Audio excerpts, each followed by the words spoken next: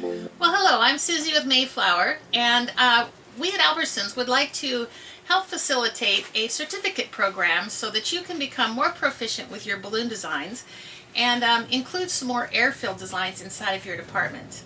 We're going to go through some different principles. It's interesting that your flowers that you're doing, the same rules applies when you're doing your balloons. There are proportions that you need to keep into check. You don't want anything over here that's not over here. Everything needs to be nice and balanced. You'll also want to remember when you're doing your balloon art to make sure that the colors are right. If any of you have a color wheel, that is one of the greatest ways to understand what colors and elements go together. Of course, you know, inside of your floral departments, you're doing your monochromatics. Keep that in mind when you're doing your balloon designs. But the balloons basically tell the story for you as far as the color goes, because somebody's gone ahead of you and chose the colors, and your job is to try to duplicate these colors that are inside of your balloons as closely as possible. So another thing you need to remember when you're doing balloon art is proportion. So if I was to come along and make this up, you could just tell that it's cute, but something's not quite right with it. It just does not look the way that it should. But when I take away the larger balloons, because this is a smaller balloon, and I put this on top of balloons that are just smaller, then this proportion just actually looks nicer, and your eye is more pleased with it, instead of you kind of tilting your head and saying, what's wrong with that? So all of these designs and elements of art are very important to remember when you're making your balloon designs. Okay, so we're going to take and make our first one, and this is a relatively basic and simple idea, but it is very effective because you can use it any time of the year, and it's a great way to fill up any shelf space that you may have. So you'll want to air and fill an 18-inch balloon, and then choose balloons that have as close to the exact same color on your balloon. And today we're going to be choosing 8 5-inch balloons.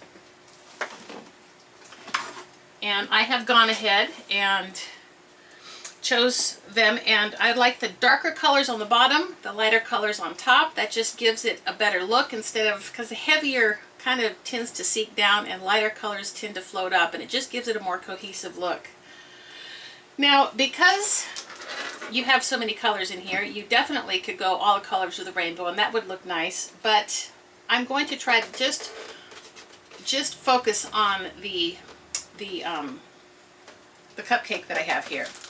So the way that you're going to blow your balloons up, since we have 8 5-inch balloons, is you're going to start and take your balloon, your 5-inch balloon, and you're going to put it right down to that very first nodule that you have on your air pump. And you're going to hold this pretty tight, because you're going to be pumping with this. And when I say that we're going to pump, I mean that we're just going to give it one stroke. So if I say something has 4 pumps, it would be 4 different strokes. Now that my balloon is safely onto this first nodule, I want to hold on tight, and when I make my strokes, I want to make sure that they are all the same size, because that keeps my proportions looking similar. And if I have one that's a little smaller than the other, again, you're just going to tilt your head and say, something ain't right. And we want this to look right. And this is art after all, and it should look really good. So I'm going to go with 4 pumps with this 5-inch balloon.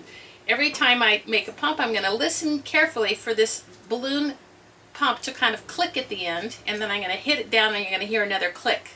So I'm going to hear 4 clicks, and then I'm going to take the balloon off. And a handy dandy way to remember how to hold your balloon as soon as that is finished is I just keep these 2 fingers right here ready, so that when I'm ready with my second balloon, I can just tie these 2 balloons together instead of having to tie it 4 different times. I would just have to tie it 2. So here we go. 4 pumps. 1, 2, 3, 4. Off it goes. And I'm just going to hold it between these 2 fingers nice and safe. Put it down to the first nodule, listening for my clicks. 4 relatively fast pumps. And the reason I'm going fast is because I'm losing air at the back of this pump every single second. So I want to be as fast as I can, or at least keep the same rhythm going, so that every balloon is the exact same size. 4 pumps. 1, 2, 3, 4. Off it goes. Okay, at this point when you're tying your balloons together, it's really important to get a nice tight tie in here. So I'm going to kind of hold this one balloon against my body, wrap it twice, and then I'm just going to tie it once. And you'll see that my balloons are pretty tight together. And round is the way to go right now, and I'm really happy because round works for me. So I would try to just put these together. You have a rounder balloon as opposed to the oblong.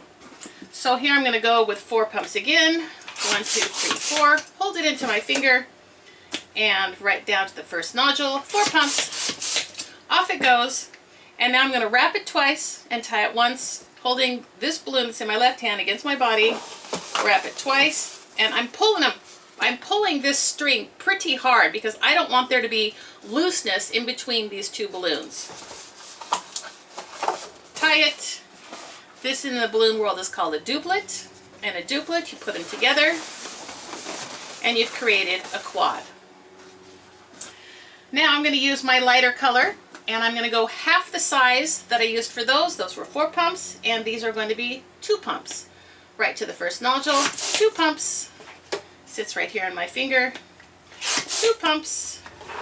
Wrap it twice. Tie it once. And on we go.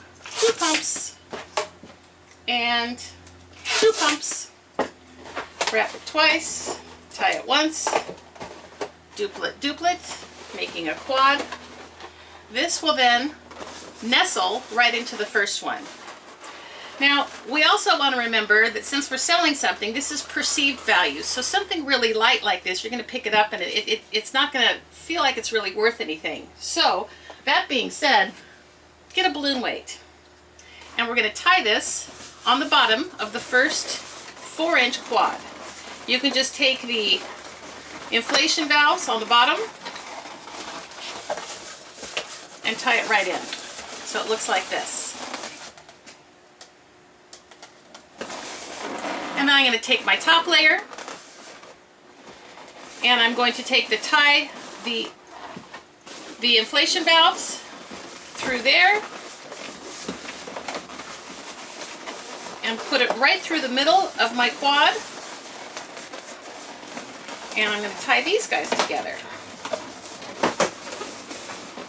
so that everything sits nice and neat. Now I'm going to take my matching 18-inch foil balloon, and we're going to need a 260 scrap, and I'm just going to take the middle of this scrap of the 260 and put it at the end of the inflation valve, and I'm just going to roll it up like a sleeping bag. That's what we call our sleeping bag roll. Nice and tight until I get right to the base of the balloon, and all I'm going to do is make a quick tie, and then these two guys here are just going to wrap around the base of this nice little quad here. So I'm going to stick it directly in the middle and kind of hold on, and I'm going to wrap the strings as a figure 8 around the balloons, and I could just let that go. What I do on one side I like to do on the other. Another little figure 8 here, figure 8, and there you have one adorable design. This is the first design that we would like you to make and get used to it and have fun with it. And I will have some more videos coming your way, and I hope that this is easy to follow. And thank you so much for watching.